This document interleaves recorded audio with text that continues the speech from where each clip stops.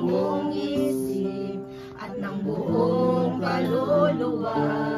Iibigin kita, aking Panginoon, ng buong puso, ng buong isip at ng buong kaluluwa.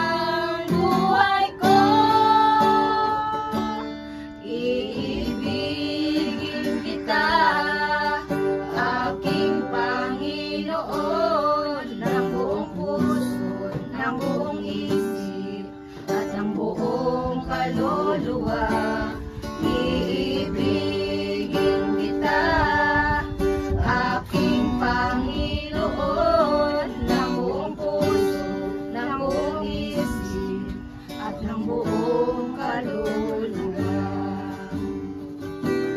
Ng buong puso, ng buong isip, at ng buong